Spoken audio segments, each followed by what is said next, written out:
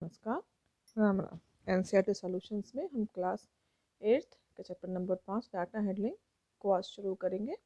आज हम इसका इंट्रोडक्शन या सामान्य जानकारी को देखेंगे। यदि आपको मेरा वीडियो पसंद है तो कृपया लाइक सब्सक्राइब शेयर कीजिए और पूरा देखिए। इस चैप्टर में हमारा चैप्टर का नाम है डाटा हैंडलिंग, मतलब डाटा या किसी चीज़ की जानकारी को हम डाटा कहते हैं जो कि रफ ली जाती है। हैंडलिंग किसी चीज़ को हैंडल करना या सिस्टमेटिक तरीके से सेट करके उससे आगे की इन्फॉर्मेशन को निकालना, इसे हम डाटा हैंडलिंग कहते हैं। इसमें सबसे पहला शब्द हमारे पास डाटा। जो चीज़ आपको हैंडल करनी है वो है क्या, हमें पता करना है डाटा क्या है। डाटा है the information collected in cases is called data. Cases मतलब किसी भी प्रकार के काम में जो हम उसकी इंफॉर्मेशन या जानकारी कलेक्ट करते हैं या इकट्ठी करते हैं वो उसकी डाटा कहलाती है या डेटा कहलाती है। जैसे किसी विषय के संबंध में इकट्ठा की गई जानकारी डाटा कहलाती है। फॉर एग्जाम्पल या उदाहरण के लिए पहला है runs made by a batsman in last 10 test matches. किसी बल्लेबाज के द्वारा पिछले 10 टेस्ट मैचों में बनाए गए रन उसके डाटा हैं, जिसको कि हम आगे जाके स्टडी या तो उसको एवरेज निकालेंगे या हम उसकी फर्दर स्टडी करेंगे। दूसरा एग्जाम्पल एक और देखें। If a teacher may like to know the average height of students in her class, for this she will write the heights of all students in her class. यदि एक शिक्षिका अपनी कक्षा के छात्रों की औसत ऊंचाई ज्ञात करना चाहती है तो वह सभी छात्रों की ऊंचाई लिखेगी, जो कि उसका डाटा होगा। सामान्य भाषा में हम इसे रफ डाटा भी कहते हैं, जिसको कि अरेंज करके वह उनकी एवरेज हाइट को निकाल सकती है। इसके बाद सेकेंड है हमारा ग्राफ। ग्राफ क्या है? Graph it is a pictorial representation और a diagram that represent the data in an organised manner. जब हम डाटा को लेंगे तो हम उसको सिस्टमेटिक तरीके से सेट करेंगे, जिसके कई फॉर्म हो सकते हैं या हम कई तरीके से सेट कर सकते हैं। तो ये जो तरीके हैं इसको सेट करने के, ये कहलाते हैं इसके ग्राफ, जो कि हम नॉर्मली ग्राफ पेपर में बना के दिखाते हैं।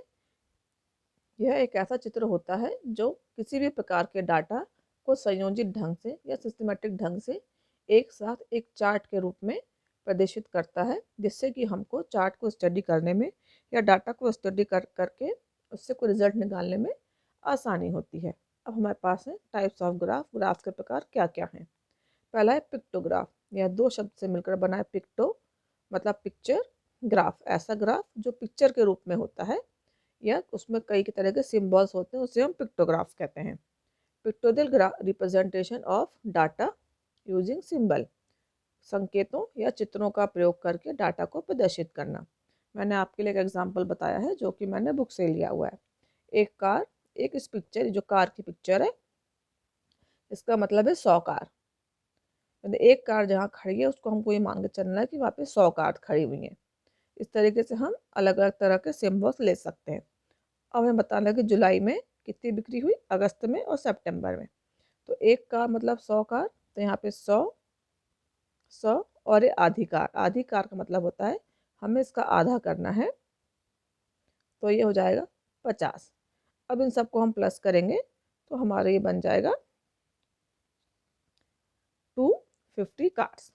इसी तरीके से अगस्त में 1 2 3, तो हम इसको जल्दी करने के लिए 100 इंटू 3 कर देंगे तो हमारा ये निकल जाएगा 300 कार्स।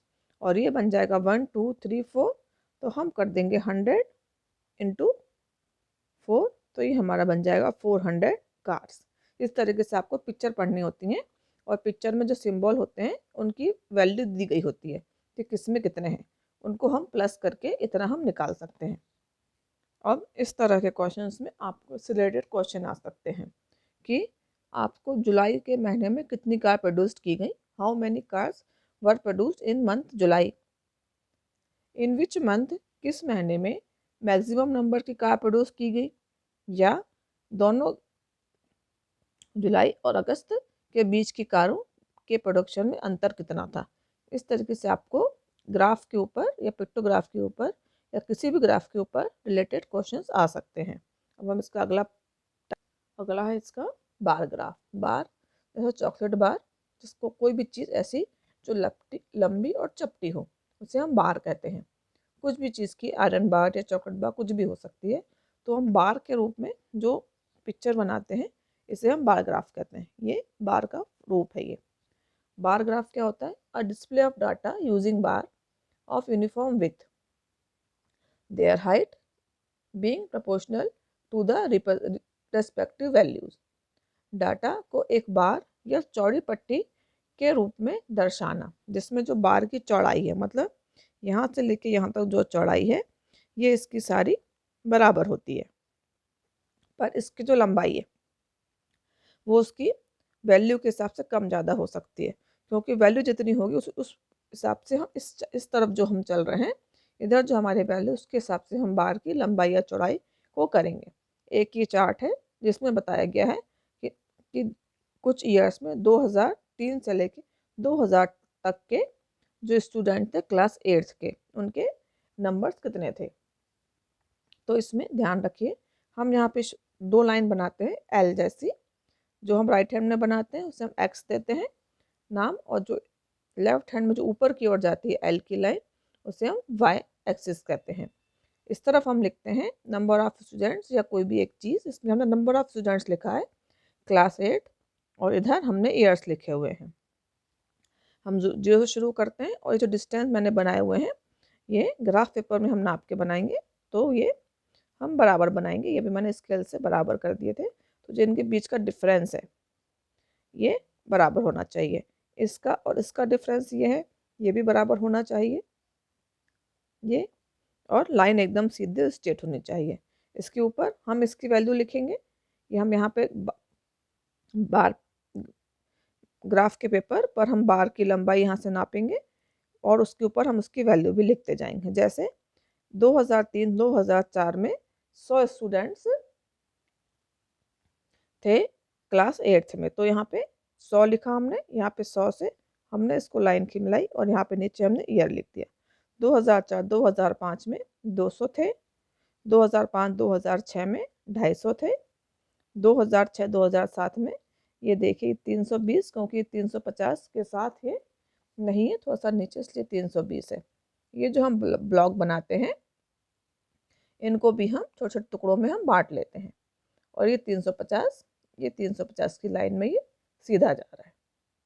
इसलिए इन सब जो बेसिक्स हैं कि हमें लेबलिंग क्या करनी है, क्या देना है, और इसके जो डिफरेंस है, जो इनके डिस्टेंस है, उसका हमें ध्यान रखना है। इससे रिलेटेड आपको क्वेश्चन आ सकते हैं कि जैसे कि यह ग्राफ किस बारे में इंफॉर्मेशन दे रहा है। यह हमें इंफॉर्मेशन दे रहा है कि 2003 से लेके 2008 तक क्लास 8th में स्टूडेंट्स कितने थे, सबसे ज़्यादा स्टूडेंट्स किस ईयर में थे, किस ईयर में सबसे ज़्यादा स्टूडेंट मिनिमम थे, और इस तरह से कई क्वेश्चंस बनेंगे। इसके बाद हमारा आता है डबल बार। जब हम 2 बार को एक साथ बनाते हैं तो हम उसे डबल बार ग्राफ कहते हैं। A bar graph showing 2 sets of data, it is useful for comparison of the data. ऐसा बार ग्राफ इसमें एक साथ 2 डाटा की जानकारी दी जाती है, जिसमें हम डाटा की तुलना कर सकते हैं, उसे हम डबल बार ग्राफ कहते हैं।